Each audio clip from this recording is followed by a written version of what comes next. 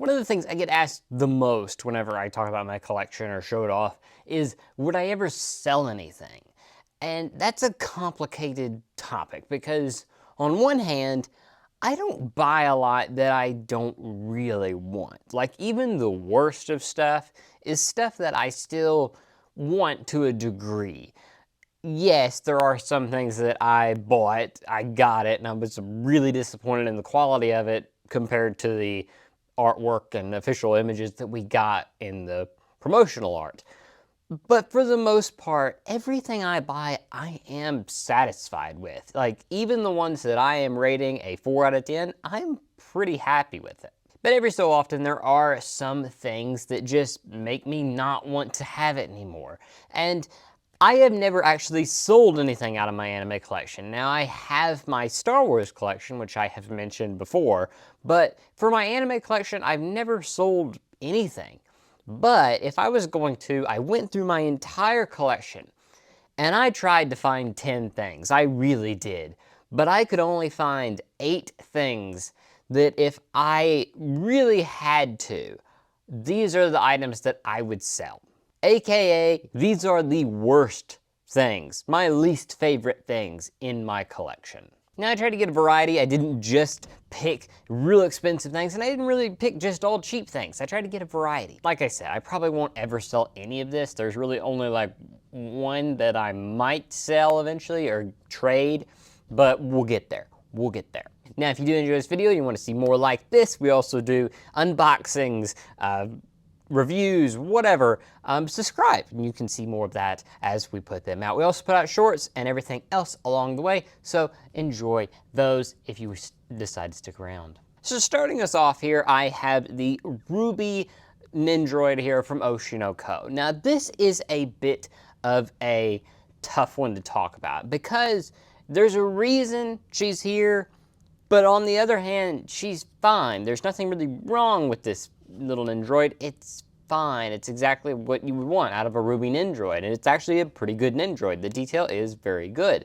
However, what upsets me about this Nindroid is the way that the release structure for this entire line went. So we got Aqua in his school outfit, and we got Ruby in her Bikomachi outfit, and then we got the announcement of Kana, and Kana was in her school outfit. And then, shortly after, we got Mimcho, and Mimcho is in her casual clothes. So, we have Bikomachi, Ruby, but then we have casual, Kana, and Mimcho. So in no way can you display them beside one another without one of them looking off. And they fixed this. They actually put out a new Ruby that you can buy. And I've got it pre-ordered. So it's weird because why didn't we get this Ruby first? And then they could have done like a little 3-pack, which they've done plenty of. They did this with K-On! They've done it many, many times. They could have done any of these options to give us the Bikomachi outfits, but they didn't. And I feel like really this is just a bad business model, you know, consumer relations here, because obviously what they did was they put out this version of Ruby because they knew people really wanted a Ruby to put by their Aqua and their eye, and then whenever you inevitably buy Kana and Mimcho and their other outfits, you're gonna either say, well, I really want Ruby in her casual outfit, or, well, I've got Ruby in this outfit, so I might as well buy Mimcho and Kana when they eventually make their Bikomachi outfits. I might as well buy them too. I don't like that. That just seems scummy to me, so that's why she's here. Next up, we have one that I am kind of a mixed bag on. This is Sumi from Rent a Girlfriend, the freeing bunny here, and I just hate the color of this thing. That's really just it. I think design-wise, this is a fine figure. I think it does the job pretty well. I'm not super big on the face, but I think otherwise it's fine. I think, the leggings are fine. There's the birthday cake is done well, and, overall it's a fine thing. But really, I just can't stand the colors, and these stinking go-go boots or whatever they are down here. they just look so bad. Like, what in the world is that? But, I mean, otherwise, it's a fine figure. It's just not, it's one of my least favorite Fring bunnies, and it just, I'm not a Sumi fan. I bought the whole line, and this one definitely is the weakest of the bunch. Okay, so next up we have a Funko Pop here, and this is a Funko Moment, is what they call them. And I hate these things. I hate these moments so much because they're usually this big little block of plastic here with a bunch of characters stood on top of it, usually on a flat ground where nothing's really happening. And it's hard to display them because, like, see, I've got them kind of angled to where, you know, at least they're kind of working right, and this one's not terrible because he's looking forward. But if I do them like this, well, then you can't even see two of their faces. So, I mean, this used to be a lot worse because really what aggravated about this for me for so long was that this was the only Reiner pop we ever got for a long time. Now, they are fixing that this year. We are getting a new Reiner pop, which I am super excited about. But it is still the only way to get a Falco pop. And that's so disappointing because I really wish we would have had our own, you know, standalone Falco pop now, but no. And even this Aaron pop here is really cool, but on this, it just looks so bad. And I'm like, just give me individual ones and I can make the scene myself. Because besides all the characters here, the only additional things on this is this little box with a lantern on it. That's it. And a chair. I don't care about a lantern or a chair. So this was just a big disappointment to me. Plus they market these for like 40 bucks and there's only 3 of them on here. So I didn't like this. There's nothing really necessarily bad about the sculpts or the design or anything like that. It's just, why are they on this big base? I hate this base. They're so bad. Don't make any more moments. They're so bad. If any of you have watched the channel for any amount of time, you probably have seen this figure before. This is the only binding figure that I ever have. And I'm not a fan. Go watch some of the other videos. The ecchi video, that explains really my thoughts on this figure. It's just not for me. It has a market, but it's not for me. I like a lot of other ecchi figures, but this one just doesn't do it for me. Some of the detail in it is not realistic for me, and I know a lot of you commented and you said, well, it's not meant to be realistic because it's an ecchi figure. And I get that. That makes sense. But at the same time, I'm like, yeah, but I kind of want at least to make sense as a figure, and this one doesn't, and I don't like it. Sorry, I can't. I don't like this figure at all. I think it's very boring, and yeah, this is the thing though. How would I ever sell this figure? Like, how am I gonna explain that to a Facebook Marketplace person? Next up here we have Mai from Rascal Does Not Dream Bunny Girl Senpai. Now, I have voiced my opinion on this figure before, but this is, in my opinion, the worst Fring bunny. And it is a shame because Mai is one of my favorite characters, and she is the bunny girl. Like, whenever it comes to bunny girls, there's like the Mount Rushmore of bunny girls.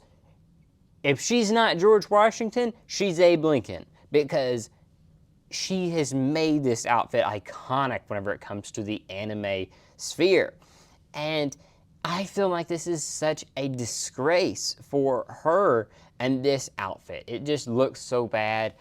Really, this is the perfect Mai if you're going off the Knapsack Kid version, to where she is supposed to be about 12. This Mai is not the 18, 19-year-old Mai that we meet in the anime. It's not. Because, for one, the Mai in the anime is a lot more busty than this, and she's a lot more well-developed. This is just not that. This looks more childlike, this looks very much flatter, and it's just not Mai. And you would think, with so much reference material, like the anime literally has scenes and scenes of her in a bunny outfit. You can see how busty she should be in a bunny outfit. And somehow they got this wrong. Now this is an older figure. This is one of their earlier bunny figures. Not their early bunny figures, but it's one of the kind of middle of the road in terms of timeline with Ring. But they should have known better by now. And this gets worse when the fact that this is a re-release. So I never bought the original version, I bought the re-release because they re-released mine. And that's a shame. Like, why would you ever re-release this? This does not need to be re-released. There are other bunnies that deserve to be re-released. The Konosuba line deserves a re-release. This does not. This deserved a redo, a complete remake. And we didn't get it. We got this again, and it is such a poor, like, if it was just the original version, I'd say, look, they've improved over time. I would love to see a new Mai, but because they re-released it, I know they have no intentions of remaking it, and that makes me just so upset and just disappointed in them. All right, this Evangelian figure here. Now, this is one of two figures that we have to kind of put an asterisk beside here because I bought a mystery box last year, and it had 4 figures in it, and I thought 2 of the figures were really good. One of them is actually this Amelia back here, which spoiler, she's not on this list. I think she's a pretty good figure, and I'm happy to have her in my collection.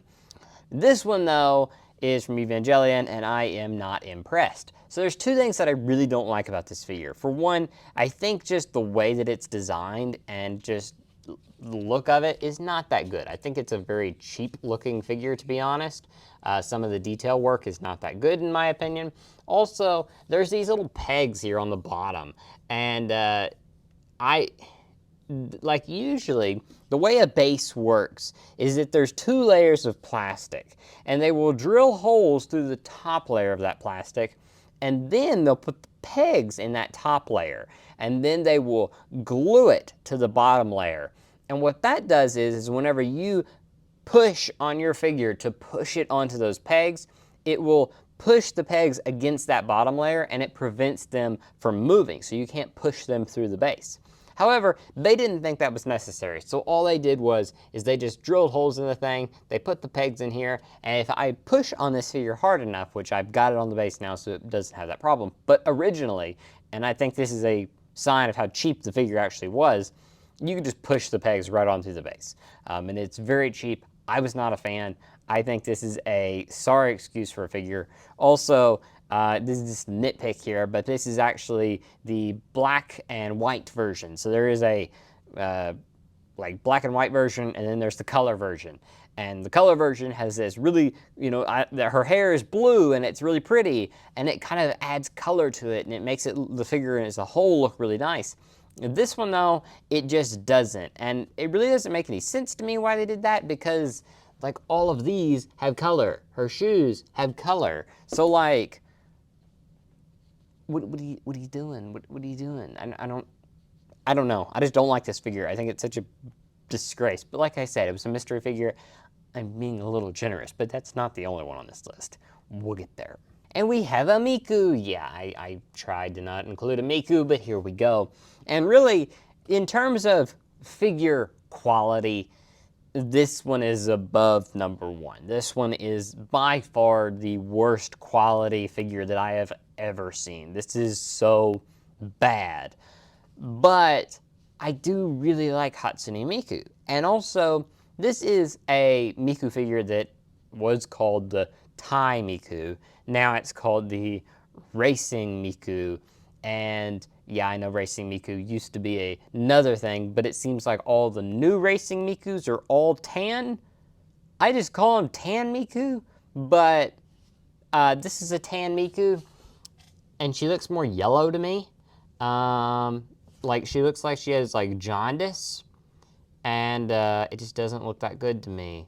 This face here, that face, I don't think even a mother could love that.